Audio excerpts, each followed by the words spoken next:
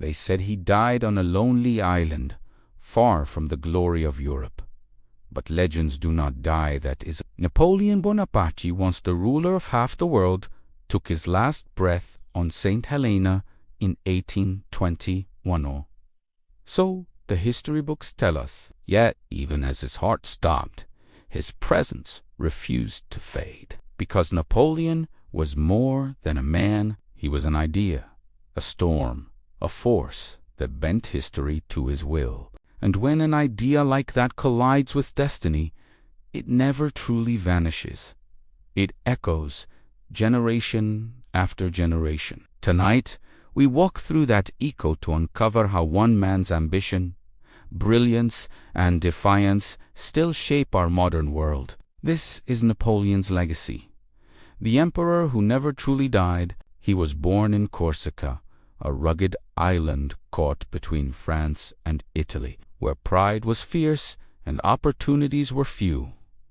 The young Napoleon was not born into greatness. He fought his way to it. He was a small boy with sharp eyes and an unbreakable will. At school in France, he was mocked for his accent, his origins, his poverty. But every insult carved deeper determination into him. He studied relentlessly mathematics, history, warfare, believing one truth: intelligence can outshine birthright. And when revolution tore France apart, when kings fell and chaos reigned, that boy from Corsica found his purpose. Amid fire and fear, he rose from obscurity to command. The Republic needed a savior. Napoleon became one. From the ashes of revolution, he built an empire of order. In Italy, he led starving soldiers to impossible victories. In Egypt, he crossed deserts in pursuit of knowledge and glory. Wherever he went, he changed the map and the minds of men. Napoleon was not just a soldier. He was a strategist of destiny. He understood that power is never given, is taken. And when France craved stability, he stepped forward, not as a servant, but as a master. In 1799, he seized control in a coup, rewriting the laws of power. 3 years later, he crowned himself emperor, placing the crown upon his own head. The message was clear. Destiny would kneel to no one. Under his rule, France transformed. Roads were built, schools opened, and laws written that still govern nations today. The Napoleonic Code, his masterpiece of civil order, became the backbone of modern law. He reimagined Europe not as kingdoms and feuds, but as a system. For a moment, it seemed he could bring peace through structure. But peace built on domination cannot last. Each victory fed his hunger. Each conquest drew new enemies. The ideals that birthed his revolutionary liberty, equality, fraternity slowly bent beneath the weight of his ambition. And the man who once promised freedom began to build his own empire of control. The world turned against him. Britain, Russia, Prussia, Austria, every rival joined forces. They called him a tyrant, a conqueror in disguise. But to his soldiers, he was the eagle, a leader who defied fate itself. At Austerlitz, his brilliance reached its peak. Facing 2 empires, he shattered them in a single day. The battle became legend. Europe bowed before him. But even legends have limits. As his power grew, so did his isolation. The same brilliance that made him invincible began to blind him. For the first time, he stopped listening to doubt, and the world prepared to strike back. In 1812, Napoleon made his fatal mistake. Russia. He marched 600,000 men into a land of endless snow, believing no winter could stop his will. But nature has no respect for ambition. Cold, hunger, and death swept through his army. The Russian plains became a graveyard. When he returned to France, only a fraction survived. It was not just a military defeat, it was the death of invincibility. Yet still he refused to surrender. Pride carried him forward even as the empire he built began to crumble, because to Napoleon, retreat was not survival. It was betrayal of everything he was. Europe closed in. In 1814, Paris fell. The empire shattered. His throne, his armies, his dreams, they exiled him to Elba, a tiny island off Italy's coast. His enemies thought they had buried his ambition. But ambition cannot be exiled. For 10 months, he waited, planned, and watched. Then one night, under a stormy sky, he escaped. When his ship reached France, he declared, "I am the emperor once more." Soldiers sent to arrest him joined his side instead, shouting, "Vive l'Empereur!" The impossible had happened. Napoleon was back. History, stunned, began to repeat itself. For 100 days, he ruled again. The world trembled at his return. Britain, Prussia, Russia, and Austria united once more, determined to end his reign forever. But Napoleon was not a man to fade quietly. On June 18, 1815, near a small Belgian village, destiny waited what the battlefield was soaked with rain, cannons roaring through the mud. Against all odds, Napoleon's strategy was brilliant, but his luck had run out. The arrival of Prussian forces crushed his final defense. As the sun set, the empire of Napoleon Bonaparte sank into silence.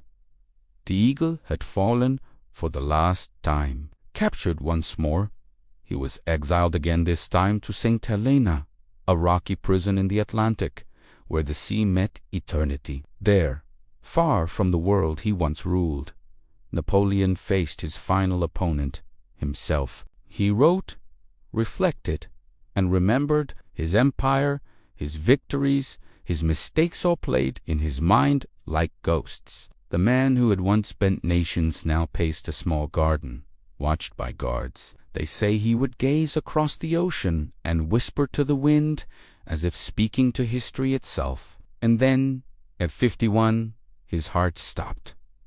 But his story did not, because within years his legend began to breathe again. Some claimed he had been poisoned. Others swore he had escaped. People across Europe believed he would return, but his true return came in a different form. The Napoleonic Code endured. His reforms shaped modern governance. His military tactics became timeless lessons, and his dream of a united Europe foreshadowed the one we live in now. Napoleon may have died on that island, but his ideas, his will, and his myth survived. He became not just a man of history, but a mirror through which humanity still measures ambition. What kept his spirit alive was not conquest, it was defiance.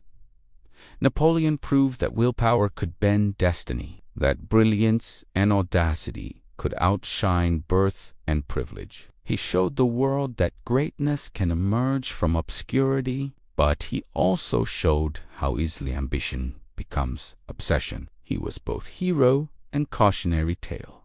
His rise inspires, his fall warns. And that balance between vision and downfall is what makes him eternal. He was not perfect. He was not kind, but he was alive in the fullest sense of the word, burning, relentless, human. And maybe that's why we remember him, because in Napoleon we see something of ourselves, the hunger to rise, to prove, to leave a mark. He reminds us that the human spirit can reach extraordinary heights, but must pay a price. His empire fell, but his example endures as a paradox. The man who gave laws to the world could not master himself. The leader who dreamed of freedom became a symbol of control. The visionary who changed history became trapped by his own legend. And yet, somehow, That very contradiction makes him unforgettable. 2 centuries later, his name still carries weight. Artists paint him. Writers explore him. Leaders study him. From presidents to generals, the ghost of Napoleon whispers across time. Even his tomb in Paris glows beneath golden light, as if the world itself cannot stop watching him. But maybe his greatest legacy isn't the battles or the crowns, it's the lesson he left behind. That power fades, but influence endures. Empires crumble, but ideas persist. And a single life, lived with unstoppable conviction, can echo through eternity. Imagine him now, standing on that cliff in St. Helena, wind tearing through his coat, staring at the endless horizon. The ocean stretches beyond sight, but within his mind, Europe still lives. Did he regret it all? Did he wish for peace? Or did he smile, knowing he had dared more than any man before him? Perhaps he realized that true immortality isn't in thrones or monuments, but in memory. And even in exile, he remained what he had always been, defiant, unbroken, unforgettable. Because greatness is not comfort.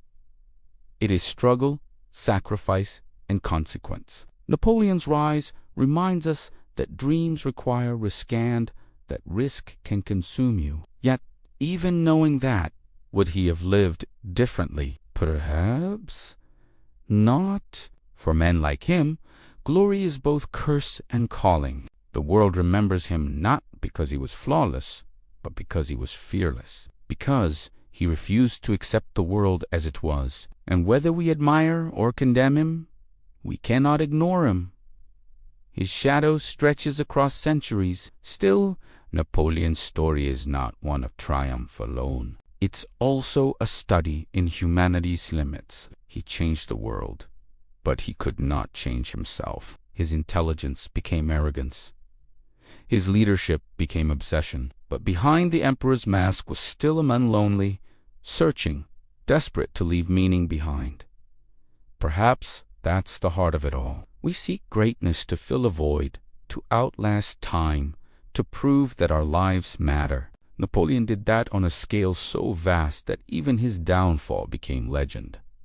So what remains of him now? A name etched in stone, a legend taught in classrooms, a myth reborn in every generation. But perhaps the real Napoleon lives within us in every moment we stand against the impossible, when we fall and rise again, when we refuse to surrender to circumstance. We carry a spark of that same relentless will, and that spark, once lit, never fades. It is the whisper of Destinida, same whisper that drove a boy from Corsica to reshape the world. When you look at history's great figures, few evoke such awe and contradiction. Napoleon was both destroyer and creator, visionary and tyrant, mortal and myth. His story is not a warning against ambition. It is a reminder of its power. Used with purpose, it can build civilizations. Unchecked, it can consume them. Yet without that fire, the world would remain still. And maybe that S's truest gift. He showed us how far the human will can go when it refuses to yield. So when we think of him now, don't just see an emperor, see a symbol, a reminder that within every human heart lies a battle between greatness and greed, light and shadow. Napoleon's greatest conquest wasn't Europe, it was the imagination of mankind. His legacy outlived his empire because it lives in the way we dream, the way we strive, the way we believe in more. That is why he never truly died, because what he represented will, vision, defiance cannot die. History buries men, but not meaning. Napoleon's tomb may rest in silence, but his spirit moves through every era that dares to rise from chaos. His life asks us a question. How far would you go for your dream? Would you face the storm knowing it could destroy you? He did, and though he fell, he rose beyond time itself. The man became myth. The myth became legacy. And as long as there are dreamers and believers, Napoleon Bonaparte will live on in memory, in ambition, in the unbreakable will of the human soul, the emperor who never truly died.